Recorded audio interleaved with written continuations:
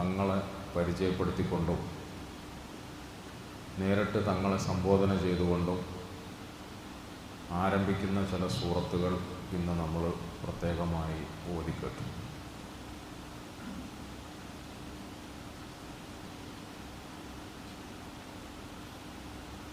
ആ ആയത്തുകളും സൂറത്തുകളും ഒക്കെ കേൾക്കുമ്പോൾ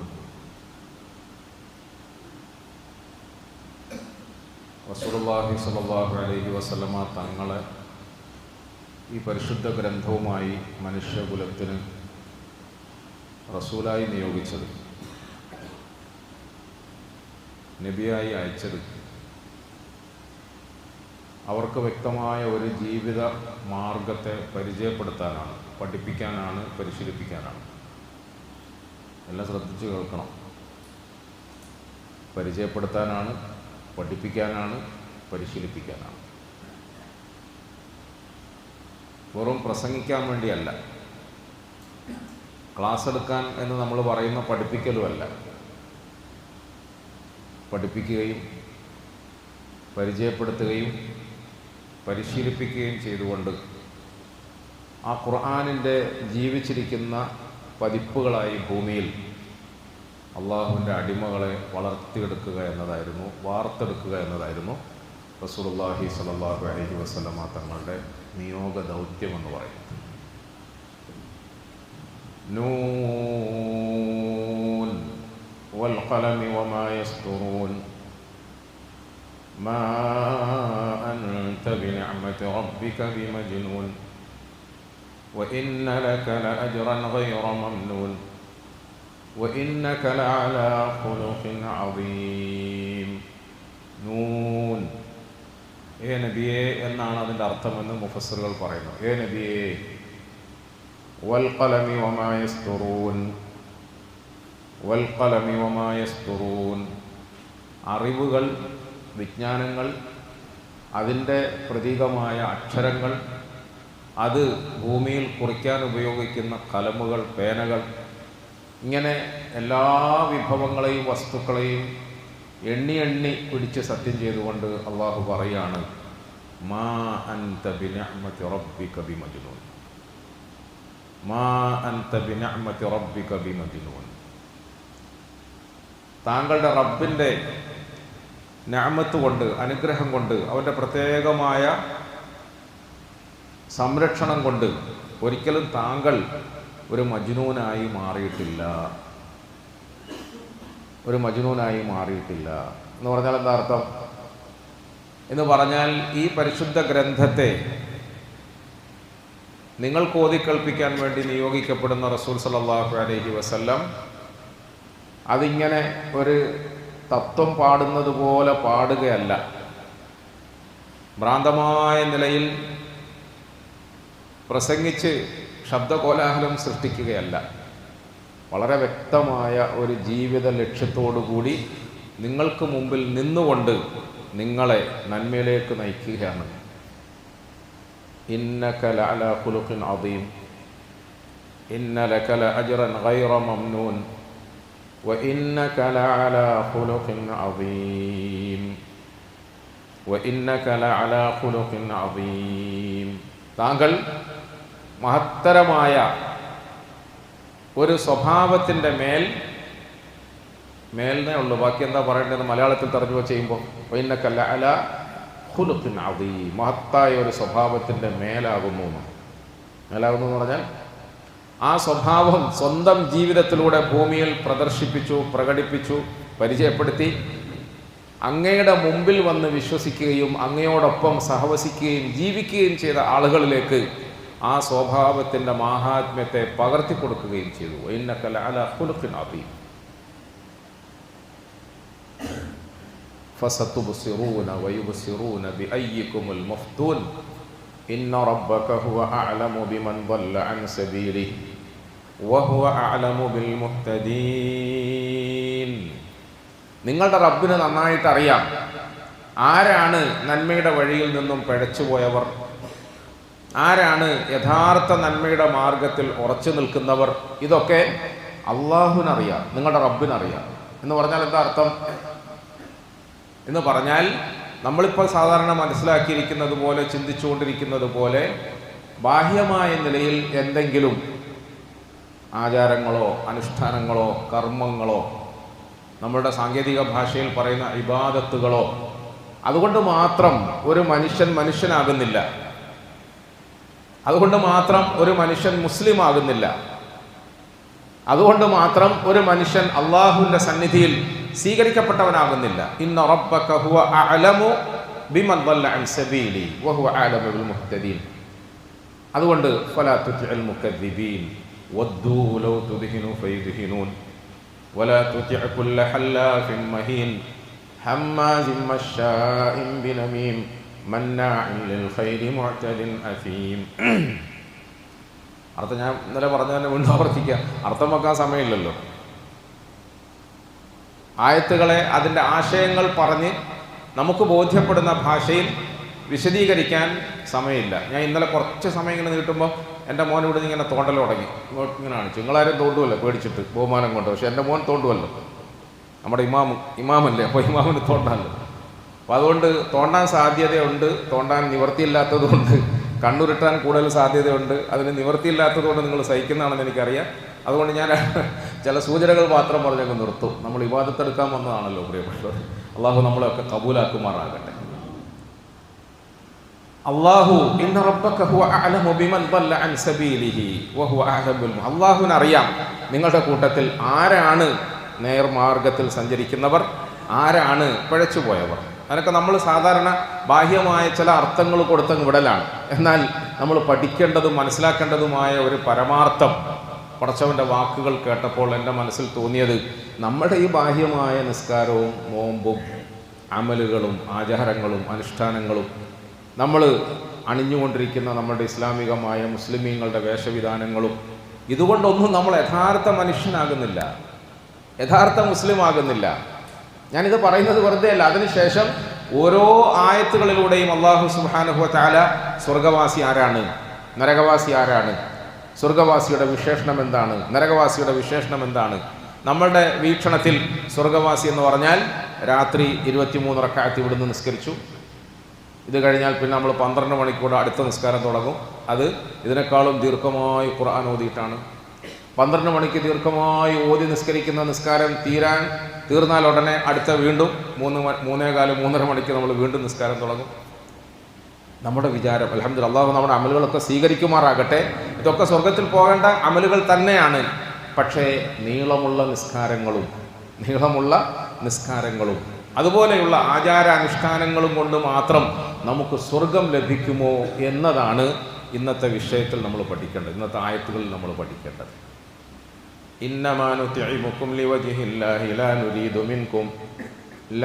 നുരീദു മിൻകും ജസാഅൻ വലാ ശുകൂറാ ഇന്നാ നഖാഫു മിർ റബ്ബിനാ യൗമൻ അബൂസൻ ഖംതരീറാ ഫവഖാഹുമുല്ലാഹു ശർറ ദാലികൽ യൗമി വലഖാഹും നദ്റതൻ വസുറൂറാ വജസാഹും ബിമാ സബറു ജന്നതൻ വഹരീറാ. എത്ര സൂറത്തിൽ നിങ്ങൾ ശ്രദ്ധിക്കണം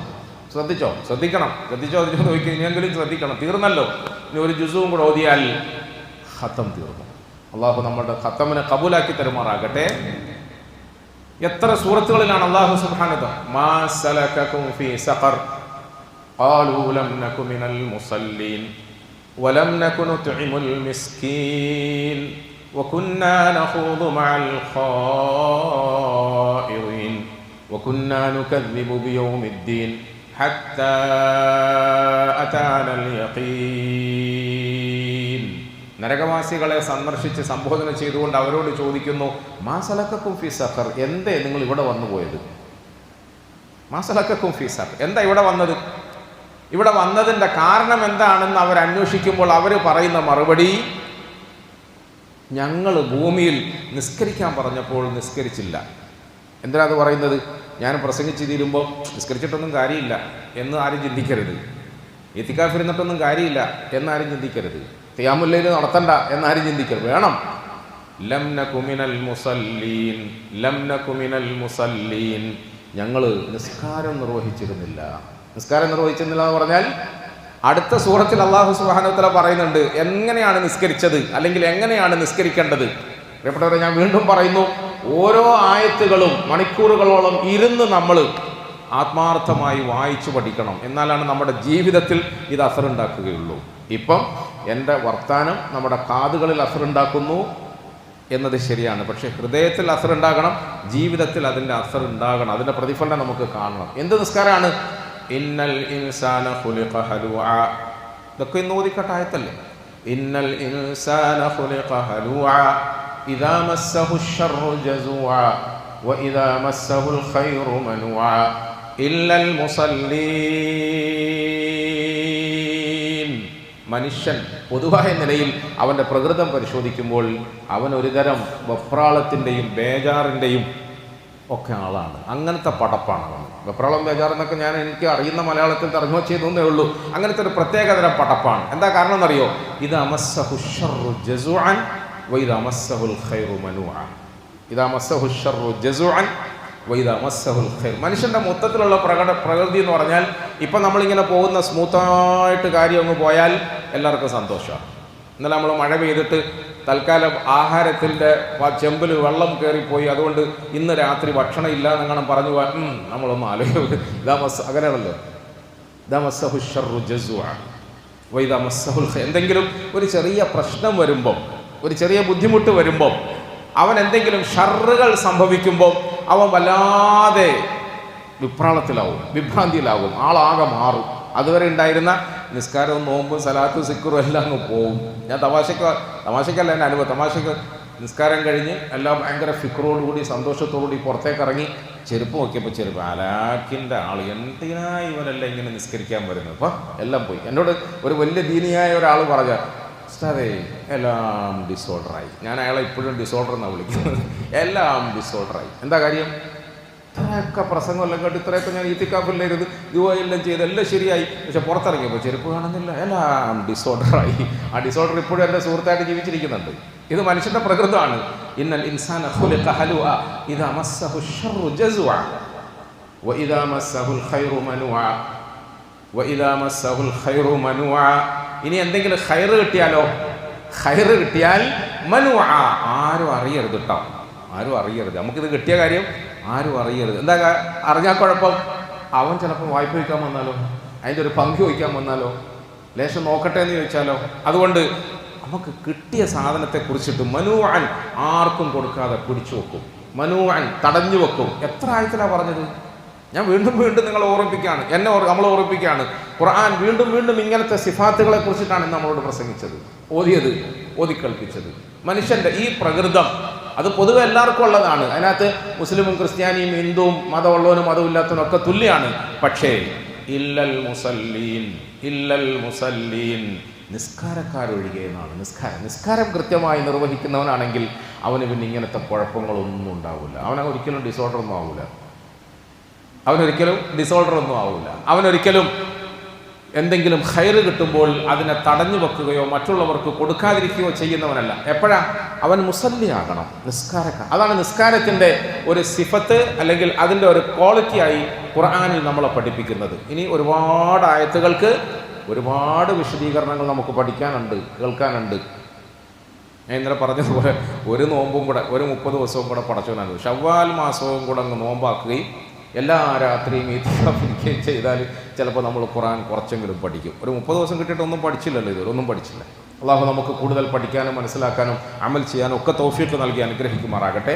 പ്രിയപ്പെട്ടവരെ, അള്ളാഹു പറയുന്ന, നമ്മളെ പഠിപ്പിക്കുന്ന, നമ്മളെ മനസ്സിലാക്കി ബോധ്യപ്പെടുത്തി തരാൻ ഉദ്ദേശിക്കുന്ന ഒരു പ്രധാനപ്പെട്ട സംഗതി എന്ന് പറഞ്ഞാൽ, നമ്മൾ മനസ്സിലാക്കി വച്ചിരിക്കുന്ന പുണ്യകർമ്മങ്ങളുടെ ബാഹ്യമായ ഏതെങ്കിലും ഒരു കോലങ്ങൾ അനുഷ്ഠിച്ചതിൻ്റെ പേരിൽ മാത്രം നമ്മളങ്ങ് അംഗീകരിക്കപ്പെട്ടവരാവുകയില്ല, സ്വീകരിക്കപ്പെട്ടവരാവുകയില്ല, പുണ്യവാളന്മാരാവുകയില്ല. അള്ളാഹു പറയാം, ലൈസൽ ബിർറ അൻ തുവല്ലു വുജൂഹകും ഖിബലൽ മശ്രിഖി വൽ മഗ്രിബ്. ഖുർആനല്ലേ പറയും, ലൈസൽ ബിർറ അൻ തുവല്ലു വുജൂഹകും ഖിബലൽ മശ്രിഖി വൽ മഗ്രിബ് വലകിന്നൽ ബിർറ മൻ ആമന ബില്ലാഹി വൽ യൗമിൽ ആഖിർ വൽ മലായികതി വൽ കിതാബി വൻ നബിയ്യീൻ.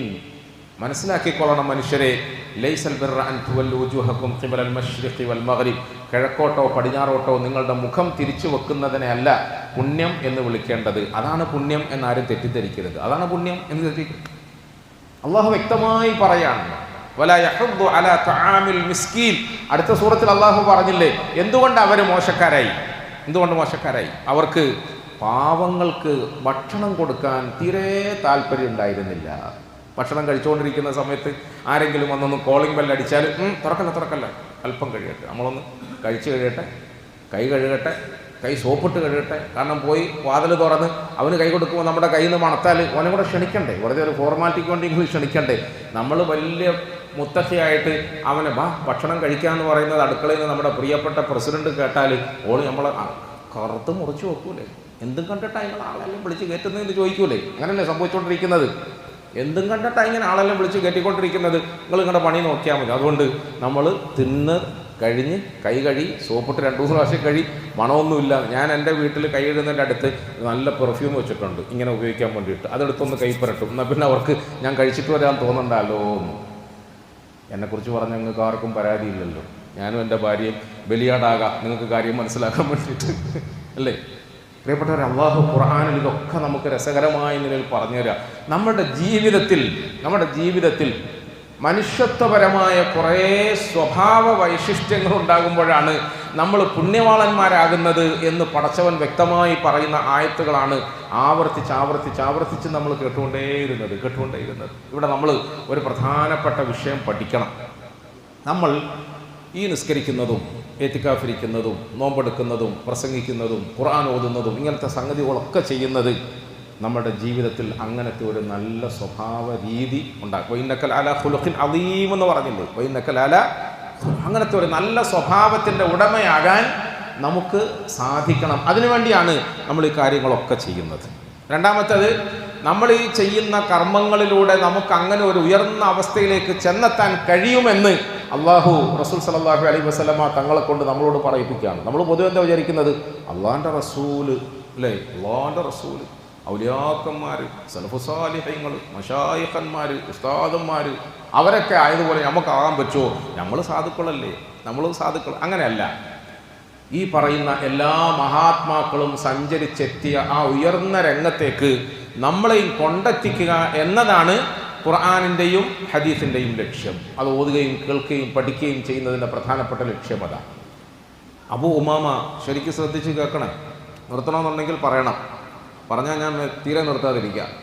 പറഞ്ഞാൽ അബൂ ഉമാമ എന്ന പേരിൽ ഒരു സഹാബിയുണ്ട്, മഹാനായ പ്രസിദ്ധനായ സഹാബി. ഒരു ദിവസം അദ്ദേഹത്തിൻ്റെ അരികിൽ ഒരാൾ വന്നിട്ട് വളരെ ബഹുമാനത്തോടെ സ്നേഹത്തോടെ അദ്ദേഹത്തെ കണ്ടിട്ട് പറഞ്ഞു, ഞാൻ താങ്കളെ സ്വപ്നത്തിൽ കണ്ടു. എന്താ സ്വപ്നത്തിൽ കണ്ടത്?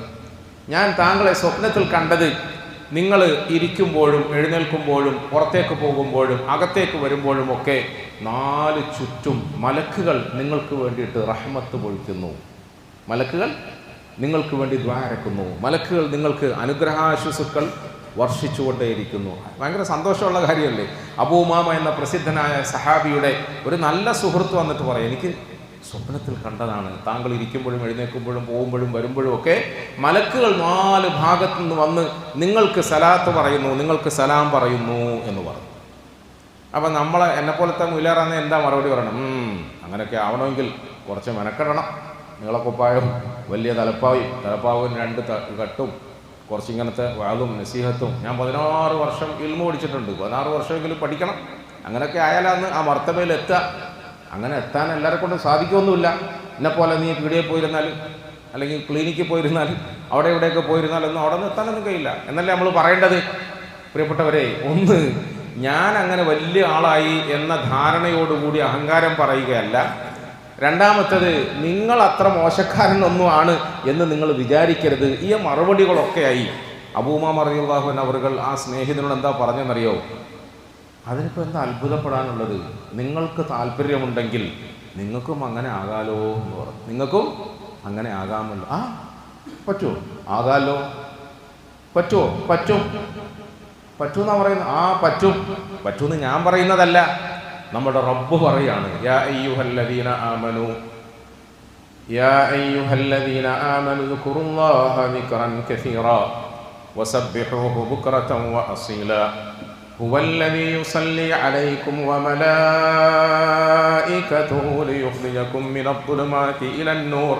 എത്ര സുന്ദരമായ വചന ഖുർആൻ! ഖുർആൻ അങ്ങനെ വെറുതെ ഓതി പഠിക്കാനല്ല, ഇങ്ങനത്തെ സന്ദർഭത്തിനനുസരിച്ചിട്ട് അതിൻ്റെ ആശയത്തെയും അർത്ഥത്തെയും ഉൾക്കൊള്ളണം പ്രിയപ്പെട്ടവരെ. ആ സഹാബി പറഞ്ഞു കൊടുക്കുക, നീ വിചാരിച്ചാൽ നിനക്കും വളരെ ഈസിയായിട്ട് അങ്ങനെ ആകാം. അതെങ്ങനെയാ? അള്ളാഹ് പറയാണ്, യാ അയ്യുഹല്ലദീന ആമനൂ, ഹേ സത്യവിശ്വാസികളെ, ഉദ്കുറുല്ലാഹ ദിക്റൻ കസീറാ, നിങ്ങൾ അള്ളാഹുവിനെ അധികമായി ദിക്ർ ചെയ്യണമേ. ഇന്നത്തെ സൂറത്ത് ദഹറിലൊക്കെ നമ്മൾ കേട്ടില്ലേ? അതൊക്കെ കേട്ടില്ലേ അല്ലേ? ഉദ്കുറുല്ലാഹ ദിക്റൻ കസീറാ, നിങ്ങൾ അധികമായി അള്ളാഹുവിനെ ദിക്ർ ചെയ്യണം. വസബ്ബിഹൂഹു ബുക്റതൻ വഅസീല, രാവിലെയും വൈകുന്നേരവും പ്രത്യേകമായി അവനെ നിങ്ങൾ തസ്ബീഹ് ചെയ്യണം. അത് വർദ്ധിപ്പിക്കണം, നിങ്ങൾ അത് വർദ്ധിപ്പിക്കണം. കുറച്ച് സമയം അതിനുവേണ്ടി മെനക്കെടണം, കുറച്ച് സമയം ദിക്ർ ചെയ്യണം, അള്ളാഹുവിനെ ഓർക്കണം, അള്ളാഹുവിനെ സ്മരിക്കണം. അങ്ങനെയാണെങ്കിൽ ഹുവല്ലദീ യുസല്ലി അലൈക്കും വമലായികതുഹു ലിയുഖ്രിജകും മിനദ്ദുലുമാതി ഇലന്നൂർ. ഹുവല്ലദീ യുസല്ലി അലൈക്കും വമലായികതുഹു, അവൻ അള്ളാഹു നിങ്ങളുടെ മേൽ അനുഗ്രഹം പൊഴിക്കും, മലക്കുകളും നിങ്ങളുടെ മേൽ അനുഗ്രഹം. ഇത് അള്ളാഹ് പറഞ്ഞല്ലേ? അള്ളാഹു പറഞ്ഞതിനനുസരിച്ചിട്ട് ഞാൻ അമൽ ചെയ്തപ്പോൾ എനിക്ക് അങ്ങനെ നല്ലൊരവസ്ഥയുണ്ടായി. അത് നിങ്ങൾ സ്വപ്നത്തിൽ കണ്ടു, അത്ഭുതപ്പെടാനൊന്നുമില്ല, നിങ്ങൾക്കും പറ്റും, ശ്രമിച്ചാൽ നിങ്ങളും അങ്ങോട്ടെത്തും. പ്രിയപ്പെട്ടവരെ, റസൂലുള്ളാഹി സ്വല്ലല്ലാഹു അലൈഹി വസല്ലമ തങ്ങൾക്ക് എപ്പോഴും ഖിദ്മത്ത് എടുക്കുന്ന ഒരു സഹാബി ഉണ്ടായിരുന്നു. രാത്രിയൊക്കെ നിസ്കരിക്കാൻ എഴുന്നേൽക്കുമ്പോൾ അവിടെ പോയി ബഹുമാനത്തോടെ നിൽക്കും, വെള്ളം കൊണ്ട് കൊടുക്കും, ഒളുവിൻ്റെ ആവശ്യമായ സാധനങ്ങളൊക്കെ എടുത്തു കൊടുക്കും. പാതിരാത്രിയിൽ തങ്ങളെ ഖിദ്മത്ത് എടുക്കാൻ വേണ്ടിയിട്ട്. അങ്ങനത്തെ ഖിദ്മത്തൊന്നും ഇപ്പോൾ ഇല്ല, വളരെ വിരളമാണ്, ആർക്കും അതിൽ താല്പര്യവുമില്ല. റസൂൽ സല്ലല്ലാഹു അലൈഹി വസല്ലമ തങ്ങൾക്ക് ഖിദ്മത്ത് എടുക്കുന്ന ആ സഹാബി ഒരു ദിവസം പാതിരാത്രിയിൽ അങ്ങനെ ഖിദ്മത്ത് എടുക്കുമ്പോൾ അള്ളാഹുവിൻ്റെ റസൂലിന് മനസ്സുകൊണ്ട് അദ്ദേഹത്തോട് ഒരു അനുകമ്പയുണ്ടായി. അങ്ങനെയാണല്ലോ മനുഷ്യനല്ലേ നമ്മൾ, നമ്മളെ സ്നേഹിക്കുന്ന, നമ്മളെ സേവിക്കുന്ന ആളുകളോട് ചില സമയത്ത് നമ്മൾ മനസ്സ് തുറന്ന് ചിലത് പ്രകടിപ്പിക്കും. നബി സല്ലല്ലാഹു അലൈഹി വസല്ലമ തങ്ങൾ ആ സഹാബിയോടുള്ള മുഹബ്ബത്തിൻ്റെ പേരിൽ പാതിരാത്രിയിൽ ചോദിച്ചു, നിനക്ക് എന്തെങ്കിലും ആവശ്യമുണ്ടെങ്കിൽ ചോദിക്കൂ, ഞാൻ തരാം എന്ന് പറഞ്ഞു. എന്തെങ്കിലും ആവശ്യമുണ്ടോ? ചോദിച്ചോ, ഞാൻ തരാം എന്ന് പറഞ്ഞു. ഇപ്പം മദീനയിലാണ്, നീ ചോദിക്കുന്നതൊക്കെ എനിക്ക് തരാൻ പറ്റും. അപ്പോൾ സ്വാഭാവികമായും ആ സഹാബി എന്താ ചോദിക്കേണ്ടത്? നബിയെ, കുറേ ദിവസമായി ഞാനിങ്ങനെ രാത്രിയും പോലെ ഇവിടെ വന്ന് ഖിദ്മത്തെടുക്കുന്നു, പുരക്ക് വാങ്ങാൻ കഴിയില്ല, കാരണം പുരക്കല പട്ടിണിയാണ്, സാമ്പത്തിക വിഷമമാണ്, മക്കൾ പ്രായമായി, കല്യാണം കഴിഞ്ഞിട്ടില്ല, പുരയെടുക്കാൻ വിചാരിച്ചിട്ട് കുറേ കാലമായി, ഇപ്പോഴും വാടക വീട്ടിലാണ്, അതുകൊണ്ട് ഒരു പുര വേണം, കല്യാണം മുടക്കണം, ഇങ്ങനെയൊക്കെയല്ലേ പല ആവശ്യം. നമുക്ക് മനുഷ്യൻ്റെ ആവശ്യം അതൊക്കെ നല്ലതുമാണ്, കുഴപ്പമൊന്നുമല്ല. പക്ഷെ പ്രിയപ്പെട്ടവരെ, അധികമൊന്നും ആലോചിക്കാതെ ആ പ്രിയപ്പെട്ട സഹാബി ഒറ്റയടിക്ക് മറുപടി പറഞ്ഞു. എന്താ മറുപടി പറഞ്ഞതെന്നറിയോ? വേറെ ഒന്നും എനിക്ക് ചോദിക്കാനില്ല. ഇന്നി അസ്അലുക മുറാഫഖതക ഫിൽ ജന്ന യാ റസൂലല്ലാഹ് സ്വല്ലല്ലാഹു അലൈഹി വസല്ലം. വേറെ ഒന്നുമില്ല, എനിക്കൊന്നേ ചോദിക്കാനുള്ളൂ, നാളെ സ്വർഗത്തിൽ അങ്ങയുടെ പരിസരത്ത് ഇതുപോലെ വന്നു നിൽക്കാനുള്ള ഒരു ഭാഗ്യം, ഒരു ചാൻസ് എനിക്കുണ്ടാവണം. കാരണം അവിടെ അങ്ങ് മഖാമ മഹ്മൂദിനാണ്, ഉയർന്ന സ്ഥലത്താണ്, എനിക്ക് അവിടെ നിന്ന് എത്താൻ തന്നെ കഴിഞ്ഞെന്ന് വരില്ല. പക്ഷേ ഈ ചാൻസിൽ എനിക്ക് ആവശ്യപ്പെടാനുള്ളത് അങ്ങയോടൊപ്പം നാളെ സ്വർഗത്തിൽ വന്ന് ചേരാനുള്ള ഒരു ഭാഗ്യം കിട്ടണം, അതിനൊരു ചാൻസ്, അതിനൊരു ടിക്കറ്റ് തരണം എന്ന് പറഞ്ഞു. നമ്മുടെ ഭാഷ പറഞ്ഞ കുഴങ്ങില്ലേ അല്ലേ? റസൂലുള്ള കുഴങ്ങില്ലേ? വേറെ എന്തെങ്കിലും ചോദിച്ചായിരുന്നെങ്കിൽ എന്തെങ്കിലും ഏർപ്പാടാക്കായിരുന്നു. പ്രിയപ്പെട്ടവരെ, നമ്മുടെ ഹബീബായ മുത്തായ റസൂൽ സല്ലല്ലാഹു അലൈഹി വസല്ലമ തങ്ങൾ അവിടുത്തെ അനുയായികളിലൂടെ നമുക്ക് പഠിപ്പിച്ചു തന്ന വളരെ ലളിതമായ സിമ്പിളായ ഒരു ജീവിത രീതി, അഥവാ സ്വർഗം നേടാനുള്ള എളുപ്പ വഴി, അള്ളാഹുവിൻ്റെ റസൂൽ സല്ലല്ലാഹു അലൈഹി വസല്ലം എന്താ മറുപടി പറഞ്ഞത് സഹാബിയോട്? ആയിക്കോട്ടെ, സ്വർഗത്തിൽ പോകണമല്ലേ, എൻ്റെ ഒപ്പരം പറയണമല്ലേ, ഞാൻ റൂം എടുക്കുമ്പം ഒരു റൂം എനിക്കും കൂടെ ബുക്ക് ചെയ്യണമല്ലേ, അതല്ലേ എൻ്റെ അർത്ഥം? ഞാൻ റൂം എടുക്കുമ്പം ഒരു റൂം, അല്ലെങ്കിൽ ഞാനൊരു വില്ല ബുക്ക് ചെയ്യുമ്പം, ഒരു ഫ്ലാറ്റ്, അപ്പാർട്ട്മെൻറ്റിൻ്റെ ഒരു ഫ്ലാറ്റ് ബുക്ക് ചെയ്യുമ്പം നിനക്കും കൂടെ ഒരെണ്ണം ബുക്ക് ചെയ്യണമെന്നല്ലേ ഉള്ളൂ? ബുക്ക് ചെയ്യാം. ഞാനെ കൊണ്ട് ദ്വാരക്ക, ഞാൻ നിനക്ക് വേണ്ടി ദ്വാരക്ക, എൻ്റെ ഒപ്പരം കൂടിക്കോ, എൻ്റെ മുതുകിൽ പിടിച്ചാൽ എൻ്റെ കൂടെ അങ്ങ് വന്നാൽ മതി, അങ്ങനെയൊക്കെ നമ്മൾ പറയുന്നത്. പ്രിയപ്പെട്ടവർ, ഞാനിങ്ങനെ രസകരമായ എന്തെങ്കിലും തമാശ രൂപത്തിൽ പറയുന്നത് കാര്യം മനസ്സിലാകട്ടെ എന്ന് വിചാരിച്ചിട്ടാണ്. അള്ളാഹു മനസ്സിലാക്കി തരുമാറാകട്ടെ.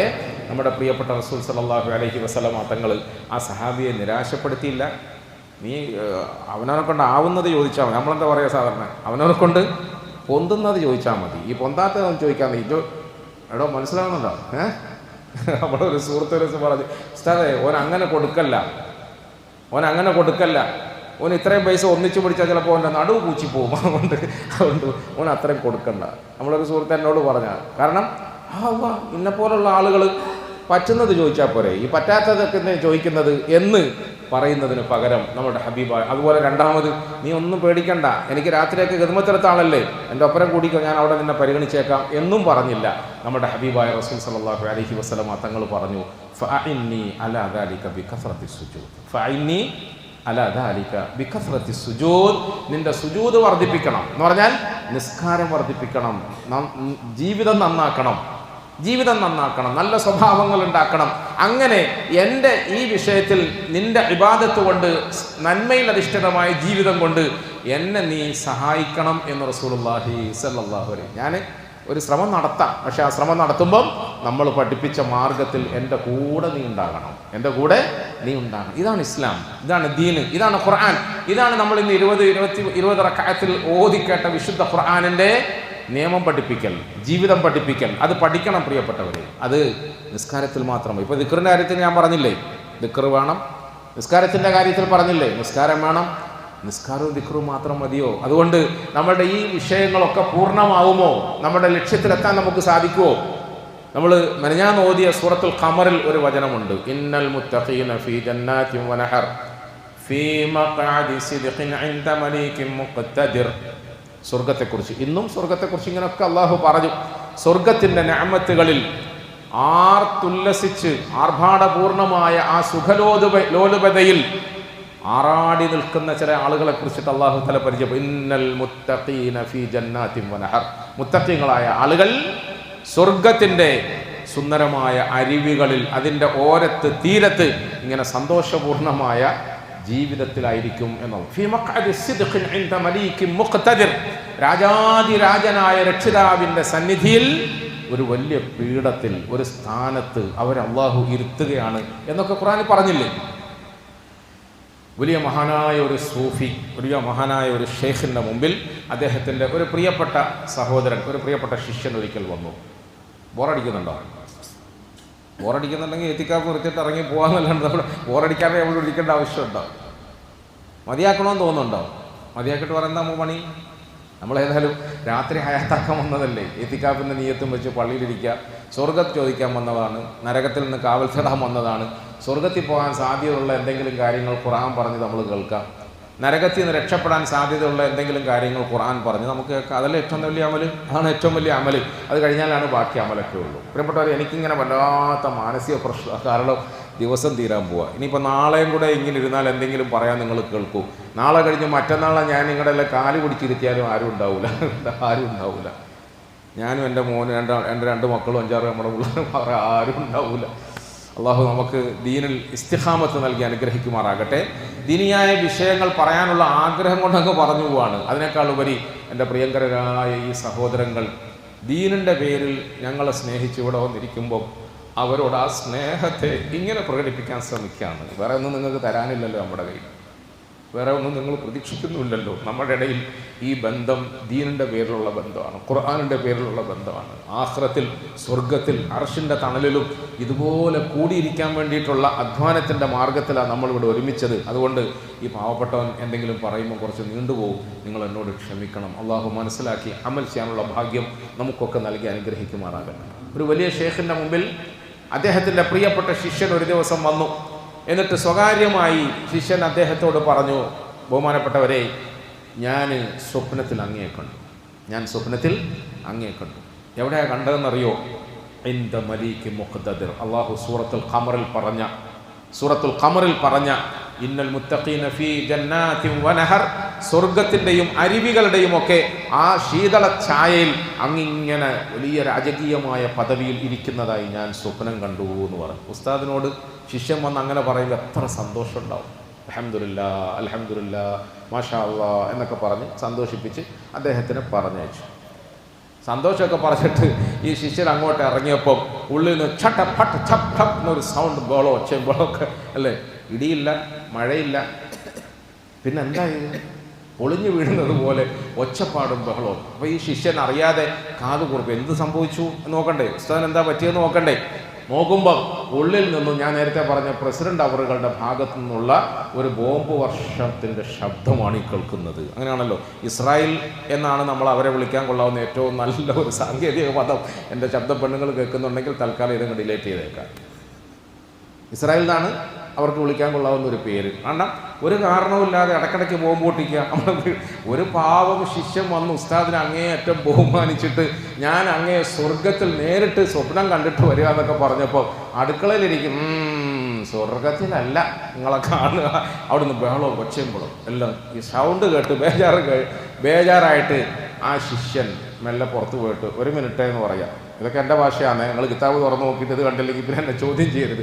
1 മിനിറ്റ് ഉസ്താദ് ഒന്നിങ്ങോട്ട് വന്നതാണ്. പുറത്തേക്ക് വിളിച്ചിട്ട് പറഞ്ഞു, ഉസ്താദേ വലിയ സങ്കടമുണ്ട്. ഞങ്ങൾ അങ്ങേയറ്റം ആദരിക്കുന്ന ബഹുമാനിക്കുകയും ചെയ്യുന്ന ഞങ്ങളുടെ ഷെയ്ഖ് ഇങ്ങനെ ഒരു പെണ്ണിനാൽ പരീക്ഷിക്കപ്പെടരുത്, ഒരു പെണ്ണിനാൽ ഭരിക്കപ്പെടരുത്, ഒരു പെണ്ണിനാൽ ഇങ്ങനെ മനോവേദനയിൽ അകപ്പെടുന്നത് ഞങ്ങൾക്ക് സഹിക്കാൻ കഴിയുന്നില്ല.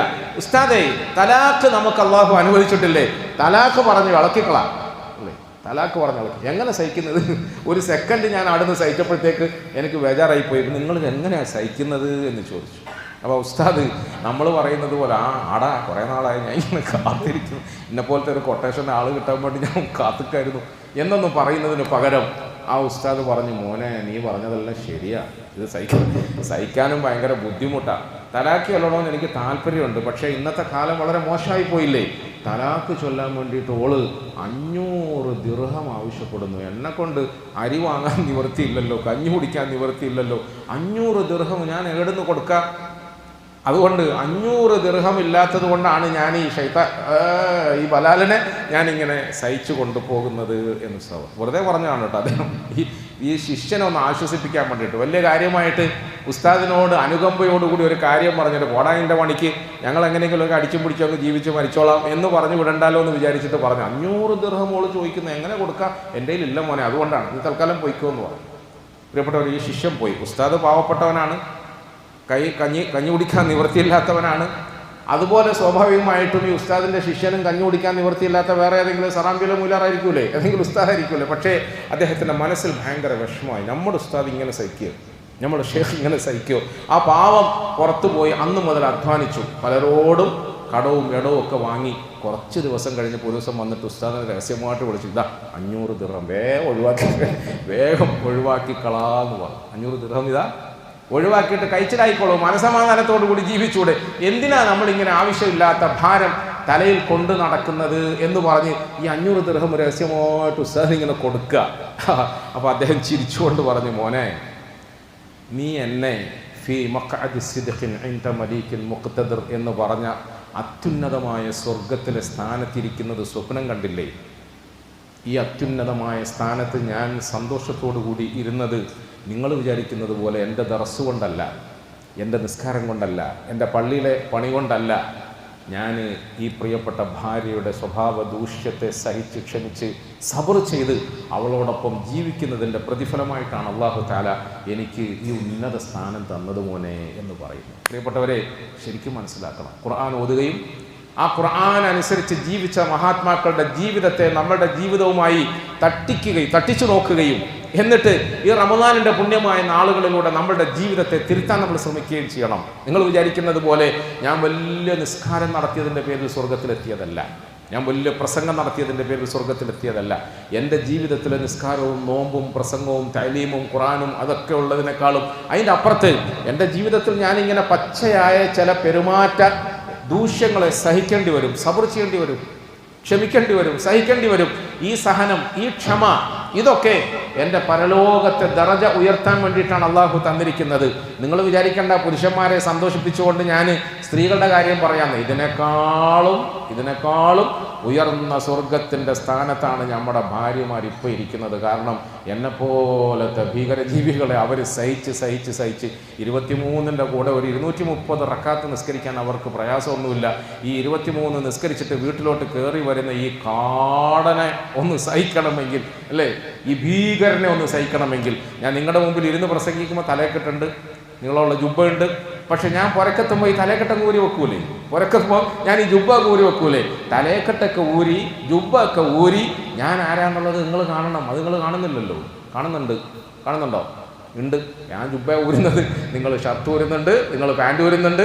അത് ഊരിയതിന് ശേഷം തനി നിറത്തോടുകൂടി നമ്മുടെ വീട്ടിൻ്റെ ഉള്ളിൽ ഓരോ ദിവസവും ഭൂകമ്പം സൃഷ്ടിക്കുന്ന പുരുഷന്മാരും ശ്രദ്ധിക്കണമേ എന്നാണ് ഖുർആൻ പറഞ്ഞത്. പുരുഷന്മാർക്ക് മാത്രമല്ല സ്വർഗം, സ്ത്രീകൾക്ക് മാത്രമല്ല സ്വർഗം. 2 വിഭാഗം നോക്കണം.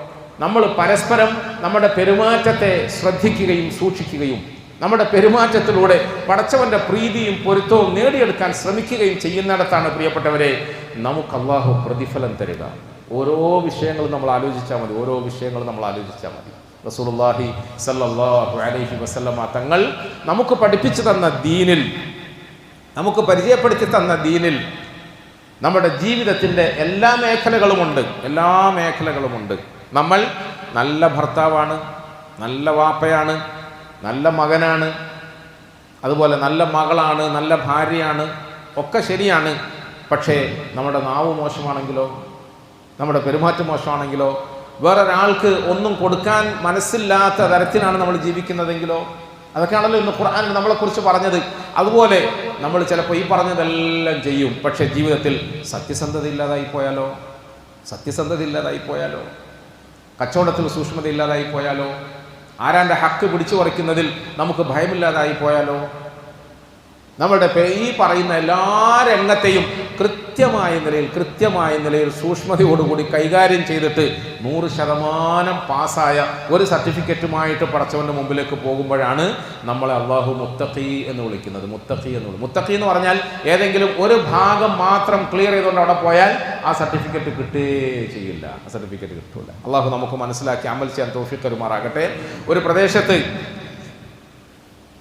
നല്ലൊരു മനുഷ്യനുണ്ടായിരുന്നു, നല്ലൊരു മനുഷ്യൻ. ആ മനുഷ്യൻ്റെ പ്രത്യേകത എന്ന് പറഞ്ഞാൽ അദ്ദേഹം പള്ളിയിൽ വരും, ഫർള് നിസ്കരിക്കും. സാധാരണ നല്ല മനുഷ്യരെന്ന് പറയുന്ന വലിയ വലിയ ആളുകളെ കാണുന്നത് നിസ്കാരത്തിന് മുമ്പ് കുറേ സുന്നത്ത് നിസ്കരിക്കുന്നു, നിസ്കാരം കഴിഞ്ഞിട്ട് പിന്നെയും കുറേ സുന്നത്ത് നിസ്കരിക്കുന്നു, കുറേ ദിക്ർ പറയുന്നു, കുറേ ഖുർആൻ ഓതുന്നു, അങ്ങനത്തെ കാര്യങ്ങളൊക്കെയാണ് ചെയ്യാറ്. അവരെക്കുറിച്ചിട്ടാണ് നമ്മൾ നല്ല മനുഷ്യന്മാരെന്നും വലിയ ആളുകളെന്നൊക്കെ പറയാറുള്ളത്. പക്ഷേ ഇദ്ദേഹം അതിൽ നിന്നൊക്കെ വ്യത്യസ്തനാണ്. അദ്ദേഹം അങ്ങനെ വലിയ സുന്നത്ത് നിസ്കാരങ്ങളൊന്നുമില്ല, അതിന് സമയമില്ല. മൂപ്പര് പെട്ടെന്ന് വന്ന് ഫർളൊക്കെ നിസ്കരിച്ച് എല്ലാവർക്കും കൈ കൊടുത്ത് ചിരിച്ചിട്ട് വേഗം അങ്ങ് പുറത്തേക്ക് ഇറങ്ങി അങ്ങ് പോകും. പക്ഷേ ജനങ്ങൾ മുഴുവൻ ഇദ്ദേഹത്തെ അങ്ങേയറ്റം ആദരിക്കുന്നു, ബഹുമാനിക്കുന്നു. കാണുമ്പോഴൊക്കെ കൈപിടിച്ചിട്ട് എനിക്കും ദ്വാരക്കണേ എന്നൊക്കെ പറയും. എല്ലാവരും ബഹുമാനിക്കുകയും ആദരിക്കുകയും ചെയ്യുന്ന ഈ മനുഷ്യനെ ബാഹ്യമായ നോട്ടത്തിൽ വലിയ അമലുകളൊന്നും കാണുന്നില്ല. ആ നാട്ടിലെ ഒരു കച്ചവടക്കാരനായ ചെറുപ്പക്കാരന് ഇയാളുടെ മഹത്വത്തെക്കുറിച്ചിട്ടൊരു സംശയം വന്നു. ഇയാളിങ്ങനെ ചെറുപ്പക്കാരൻ ചിന്തിക്കുകയാണ്, വലിയ ആളാ പോലും 2 റക്അത്ത് സുന്നത്ത് പോലും നിസ്കരിക്കാനായ ഒഴിവില്ല, ഒരു 10 ദിക്ർ പറയാനായ ഒഴിവില്ല. ഞങ്ങളൊക്കെ 2-ന് വരെ എത്ര സുന്നത്ത് നിസ്കരിക്കുന്ന, എത്ര ദിക്ർ, എന്നിട്ട് നാട്ടുകാരല്ല ഇയാളെയാണ് പുണ്യവാളൻ എന്ന് വിളിക്കുന്നത്. എപ്പോൾ നോക്കിയാലും പുറത്ത്. അങ്ങനെ ഇയാളെക്കുറിച്ച് സംശയദൃഷ്ടിയോടുകൂടി ചെറുപ്പക്കാരൻ പിന്നാലെ നടക്കുമായിരുന്നു എന്നാണ്. ഒരു ദിവസം ജുമാ നിസ്കാരത്തിന് പോലും സമയത്ത് ഇയാൾ വന്നു, ഫർള് നിസ്കരിച്ചു, നിസ്കാരം കഴിഞ്ഞ ഉടനെ പുറത്തേക്ക് ഇറങ്ങി. ഈ ചെറുപ്പക്കാരന് വാശിയായി, അയാൾ കൂടെ പോയി. രഹസ്യമായ നിലയിൽ ചെറുപ്പക്കാരൻ പുറയിൽ അദ്ദേഹത്തെ പിന്തുടർന്നു. മെല്ലെ പോയി നോക്കുമ്പം നിസ്കാരത്തിന് ശേഷം ഓടി ഇറങ്ങി കമ്പോളത്തിലൂടെ നടന്നു പോകുന്ന ഈ മനുഷ്യൻ സുന്നത്ത് പോലും നിസ്കരിക്കാതെ, വലിയ പുണ്യവാളനാണെന്ന് നാട്ടുകാർ പറയുന്ന ഈ മനുഷ്യൻ നേരെ പോയി വളരെ രുചികരമായ ഭക്ഷണം വിളമ്പി വിൽക്കുന്ന ഒരു ഹോട്ടലിൽ, ഒരു റെസ്റ്റോറൻറ്റിൻ്റെ മുമ്പിൽ നിന്നു. അവിടുന്ന് ചൂട് റൊട്ടിയും കബാബും ഒക്കെ വാങ്ങി ഒരു സഞ്ചിക്കകത്താക്കിയിട്ട് നടന്നു. അപ്പോൾ ഈ ചെറുപ്പം വെറുതെ അല്ല 2 റക്അത്ത് നിസ്കരിക്കാൻ പോലും കൂട്ടാക്കാതെ ഇങ്ങനെ ചൂട് ഫുഡ് വാങ്ങുക, അടിച്ചു പൊളിക്കുക, അല്ലേ, സുഖം എടുക്കുക, എന്നിട്ട് ആളുകളുടെ മുമ്പിൽ ഞാൻ വലിയ പുണ്യവാളാണെന്ന് പറയാം. അങ്ങനെ വിടാൻ പറ്റില്ല, അറിയണമല്ലോ ഇയാൾ എവിടെയാ പോകുന്നത്. നോക്കുമ്പം അയാൾ നടന്ന് നഗരം വിട്ടിട്ട് വിജനമായ ഒരു മരുഭൂമിയിലേക്ക് ഇങ്ങനെ നടക്കുന്നു. ഇതെവിടെയാ അയാൾ പോകുന്നത്? അപ്പോൾ ഇയാൾ ഒറ്റയ്ക്കല്ല, നിസ്കാരമെല്ലാം കഴിഞ്ഞിട്ട് ചെറിയ ടച്ചിങ് ഒക്കെ വാങ്ങിയിട്ട് ആരുമില്ലാത്ത ഒഴിഞ്ഞ സ്ഥലത്ത് ചങ്ങായിമാരെയൊക്കെ വിളിച്ച് വരുത്തിയിട്ട് ഇരുന്ന് അടിച്ചു പൊളിക്കേണ്ട പരിപാടി ആയിരിക്കുമല്ലേ എന്ന് വിചാരിച്ച് ചെറുപ്പക്കാരൻ പിന്നെയും പിന്തുടർന്നു. കുറേ ദൂരം നടന്നു പോയപ്പം ആ ഒഴിഞ്ഞ കോണിൽ ചെറിയൊരു കൊച്ചു കൂര. ആ കൂര എന്ന് പറഞ്ഞാൽ പൊളിഞ്ഞു വീഴാനായി. അതിന് വാതിലൊന്നുമില്ല, ഒരു ചാക്ക് കൊണ്ട് മറയ്ക്കപ്പെട്ട വാതിൽ. ഈ മനുഷ്യൻ തൻ്റെ കയ്യിലെ ഫ്രഷ് ഭക്ഷണം, ചൂടുള്ള ഭക്ഷണവും കൊണ്ട് ആ ചാക്കിൻ്റെ വിരി മാറ്റിയിട്ട് അതിൻ്റെ ഉള്ളിലേക്ക് കടന്നു. അപ്പോൾ ഇയാൾ പുറയിൽ നിന്ന് ഇങ്ങനെ വീക്ഷിക്കുക. ഉള്ളിലേക്ക് കടന്നു നോക്കുമ്പം വയസ്സായ കൂനിപ്പൊത്തിയ ഒരു സാധുവായ ഒരു മനുഷ്യൻ, വൃദ്ധനായ മനുഷ്യൻ, കണ്ണു കാണാത്ത ആൾ ഇങ്ങനെ മലർന്ന് കിടക്കുകയാണ് അംഗവൈകല്യത്തോടുകൂടി. ഈ മനുഷ്യൻ അടുത്ത് വന്ന് സലാം പറഞ്ഞപ്പോൾ മോനെ നീ വന്നോ? ഞാൻ വന്നു. അദ്ദേഹത്തിൻ്റെ ശിരസ്സെടുത്ത് തൻ്റെ മടിയിൽ വെച്ചു. താൻ കൊണ്ടുവന്ന ഈ ഭക്ഷണത്തിൻ്റെ പൊതി നിവർത്തി അതിൽ നിന്നും ഓരോരോ പീസുകൾ അതിൻ്റെ കഷ്ണങ്ങളോടൊപ്പം ആ വായിൽ ഇങ്ങനെ വെച്ചു കൊടുക്കുക. ചവച്ച് കഴിയുന്നത് വരെ കാത്തു നിൽക്കുക, നല്ല വർത്തമാനങ്ങൾ പറയുക. കഴിച്ചെല്ലാം കഴിഞ്ഞപ്പോൾ തൻ്റെ കീശയിൽ നിന്ന് ടവലെടുത്ത് ആ മനുഷ്യൻ്റെ മുഖമൊക്കെ ഇങ്ങനെ തുടച്ചു കൊടുത്തു, ആശ്വസിപ്പിച്ചു, സമാധാനിപ്പിച്ചു. എന്നിട്ട് പറഞ്ഞു, ബാപ്പാ, ഇന്ന് ഞാൻ ജുമാ ആയിരുന്നു, ജുമാ നിസ്കാരം കഴിഞ്ഞിട്ട് സുന്നത്ത് നിസ്കരിക്കാൻ പോലും ഞാൻ നിന്നില്ല, സുന്നത്ത് നിസ്കരിക്കാൻ പറ്റിയില്ല. ഞാൻ വേഗം അങ്ങ് വിശന്നിരിക്കണ്ടല്ലോ എന്ന് വിചാരിച്ചിട്ട് ഓടി വന്ന് അങ്ങേക്ക് ഭക്ഷണം തരാൻ ഓടി വന്നതാണ്. ഇങ്ങ് എന്നെ വിടുകയാണെങ്കിൽ ഞാൻ പോയി സുന്നത്ത് നിസ്കരിക്കായിരുന്നു എന്ന് പറഞ്ഞു. അപ്പോൾ ആ മനുഷ്യൻ ഇങ്ങനെ മെല്ലെ എഴുന്നേറ്റ്, മോനെ, എൻ്റെ സ്വന്തം മക്കൾ എന്നെ ഇങ്ങനെ നോക്കിയില്ല, എൻ്റെ സ്വന്തം മക്കളാൽ ഞാൻ ഒറ്റപ്പെടുത്തപ്പെടുകയും ഒഴിവാക്കപ്പെടുകയും ചെയ്ത് ഈ കുടിലിൽ കഴിയാണ്. എൻ്റെ മക്കൾ അവരെന്നെ നോക്കിയില്ല. എൻ്റെ മകനല്ലാത്ത ഒരു സാധാരണക്കാരനായ നീ, കണ്ണുപോലും കാണാത്ത എന്നെ, എൻ്റെ പ്രശംസകളൊന്നും പ്രതീക്ഷിക്കാതെ ഇത്ര കൃത്യമായ നിലയിൽ പോറ്റി വളർത്തുന്നതിന് പടച്ചോൻ നിനക്ക് കൂലി തരും മോനെ, പടച്ചോൻ നിനക്ക് കബൂലാക്കും മോനെ, പടച്ചോൻ നിനക്ക് വലിയ മഹത്വം തരും മോനെ. ആ മനുഷ്യൻ കരഞ്ഞുകൊണ്ട് കുറേ ദുആ ചെയ്തു. പുറത്തുനിന്ന് ആ ചെറുപ്പക്കാരൻ അറിയാതെ പൊട്ടിക്കരഞ്ഞു പോയി. പടച്ചോനെ, വെറുതെ അല്ല ഈ മനുഷ്യനെ ആളുകൾ ഇങ്ങനെ ആദരിക്കുന്നത്, വെറുതെ അല്ല ഈ മനുഷ്യനെ നാട്ടുകാരുടെ കണ്ണിൽ പുണ്യവാളനായി പ്രഖ്യാപിക്കപ്പെട്ടത്. ഈ മനുഷ്യൻ നമ്മളെപ്പോലെ നമ്മളുടെ സുന്നത്ത് നിസ്കാരങ്ങളിലൂടെ ഞാൻ വലിയ ആളായി എന്ന് വിചാരിച്ച ആളല്ല, നമ്മുടെ ദിക്റുകളിലൂടെ വലിയ ആളായി എന്ന് വിചാരിച്ച ആളല്ല, നമ്മുടെ ബാഹ്യമായ അനുഷ്ഠാനങ്ങളിലൂടെയും അമലുകളിലൂടെയും വലിയ ആളായി എന്ന് വിചാരിച്ച ആളല്ല, നമ്മൾ വിചാരിച്ചിടത്തല്ല. ഈ മനുഷ്യൻ രഹസ്യമായ നിലയിൽ ചെയ്യുന്ന ഈ നന്മകളാണ് പുണ്യം, ഈ നന്മകളാണ് പടച്ചവൻ ഇഷ്ടം. ഈ നന്മകളുടെ പേരിലാണ് അല്ലാഹു തആല ഈ മനുഷ്യർ ഇത്രയും വലിയ അംഗീകാരം നൽകിയത്. പ്രിയപ്പെട്ടവരെ, ഇന്ന് നമ്മൾ ഓതിക്കേട്ട ഓരോ ആയത്തുകളിലും ഓരോ സൂറത്തുകളിലും അല്ലാഹു പ്രത്യേകം സ്വർഗത്തെക്കുറിച്ച് പറയുമ്പോൾ അവിടെയൊക്കെ പറയുന്നത് മനുഷ്യരോട് നല്ല നിലയിൽ പെരുമാറണം, മനുഷ്യന്മാരോട് നല്ല നിലയിൽ പെരുമാറണം, മനുഷ്യന്മാരോട് സ്നേഹത്തോടെ പെരുമാറണം, അവർക്ക് സാധിക്കുന്നത് പോലത്തെ ഉപകാരങ്ങൾ ചെയ്യണം, അവർക്ക് സാധിക്കുന്നത് പോലത്തെ ഉപകാരങ്ങൾ ചെയ്യണം എന്ന് പറഞ്ഞിടത്തൊക്കെ നമുക്ക് വരികൾക്കിടയിൽ വായിക്കാൻ അല്ലാഹു തആല ഒരു സന്ദേശം നൽകി. സാധിക്കുന്നിടത്തോളം ഉപകാരം ചെയ്യണം എന്ന് പറയുമ്പോൾ ഏറ്റവും വലിയ ഉപകാരമെന്ന് പറയുന്നത് അറിവില്ലായ്മ കൊണ്ട് അവരിൽ നിന്നുണ്ടാകുന്ന ഉപദ്രവത്തെ നീ സഹിക്കലാണ്. റസൂലുള്ളാഹി സ്വല്ലല്ലാഹു അലൈഹി വസല്ലം പറഞ്ഞു, അറിവ് കേടുകൊണ്ട് പക്വതക്കുറവ് കൊണ്ട് അവരിൽ നിന്നുമുണ്ടാകുന്ന ഉപദ്രവങ്ങളെ പടച്ചവന്റെ പൊരുത്തത്തിന് വേണ്ടി ക്ഷമിക്കാൻ നിനക്ക് കഴിയുക എന്നുള്ളതാണ് നീ ചെയ്യുന്ന ഏറ്റവും വലിയ പുണ്യകർമ്മം എന്നതാണ് ഇസ്ലാമിൻ്റെ പാഠം. അതുകൊണ്ട് പ്രിയപ്പെട്ടവരെ, നമ്മളിപ്പോൾ 10-30 ദിവസക്കാലമായി ഖുർആൻ ഓതുന്നു, അത് പ്രസംഗിച്ച് കേൾക്കുന്നു, എത്തിക്കാഫിരിക്കുന്നു, നിസ്കരിക്കുന്നു, ഇബാദത്തുകൾ എടുക്കുന്നു. ഈ ഇബാദത്തുകളുടെ ഒക്കെ പരിണിത ഫലമായി, അതിൻ്റെ അനന്തര ഫലമായി നമ്മുടെ ജീവിതത്തിൽ എന്ത് മാറ്റം വന്നു എന്ന് നമ്മൾ വിലയിരുത്തണം. ജീവിതത്തിൽ ഞാൻ വെറുതെ തമാശക്കൊക്കെ പറഞ്ഞാണെങ്കിലും നമ്മൾ നമ്മുടെ വീട്ടിലേക്ക് എത്തുമ്പോൾ നമ്മുടെ ഭാര്യയോടുള്ള സംസാരത്തിൽ, മക്കളോടുള്ള സംസാരത്തിൽ, അവരോടുള്ള പെരുമാറ്റത്തിൽ, നമ്മുടെ കൂട്ടുകാരുമായുള്ള നമ്മുടെ പെരുമാറ്റത്തിൽ, നമ്മുടെ സംസാരത്തിൽ, നാട്ടുകാരുമായുള്ള നമ്മുടെ സംസാരത്തിൽ, പെരുമാറ്റത്തിൽ, അയൽവാസികളോടുള്ള നമ്മുടെ പെരുമാറ്റത്തിലൊക്കെ നമുക്ക് എന്ത് മാറ്റം കിട്ടി എന്ന് ആലോചിക്കണം. അഥവാ നമ്മുടെ നോമ്പ് സ്വീകരിക്കപ്പെട്ടോ ഇല്ലേ എന്നറിയാൻ, നമ്മുടെ നിസ്കാരം സ്വീകരിക്കപ്പെട്ടോ ഇല്ലേ എന്നറിയാൻ ഏറ്റവും ഉത്തമമായ ഒരു പരിശോധനയും പരീക്ഷയും ഇതാണ്. അള്ളാഹു ഈ പരീക്ഷയിൽ പാസ്സാകാൻ നമുക്കൊക്കെ തൗഫീഖ് തരുമാറാകട്ടെ. അതിനനുസരിച്ച് നമ്മുടെ അമലുകളെ അള്ളാഹു അസറുള്ള അമലുകളാക്കി തരുമാറാകട്ടെ. നമ്മൾ ചെയ്യുന്ന ഒരു അമലും അള്ളാഹു തള്ളിക്കളയാതെ അവൻ കരുണ കാണിക്കുമാറാകട്ടെ. അള്ളാഹു തആല ഇനിയും ഇങ്ങനത്തെ റമദാനിനെ കണ്ടുമുട്ടാനുള്ള ഭാഗ്യം നമുക്ക് നൽകി അനുഗ്രഹിക്കുമാറാകട്ടെ. വആഖിറു ദഅ്വാനാ അനിൽ ഹംദുലില്ലാഹി റബ്ബിൽ ആലമീൻ. വസ്സലാമു